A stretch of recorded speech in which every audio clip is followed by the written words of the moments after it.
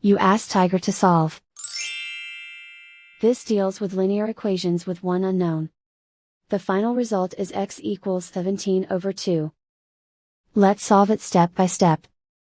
Simplify the expression. Expand the parentheses. Simplify the arithmetic. Group all x terms on the left side of the equation. Subtract 6x from both sides. Group like terms. Simplify the arithmetic. Group like terms.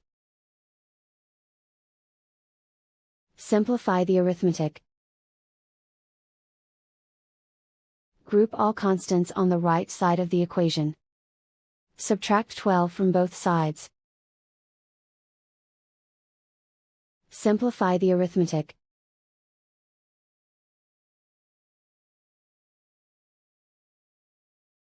Isolate the x.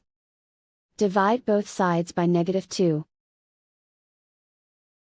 Cancel out the negatives. Simplify the fraction.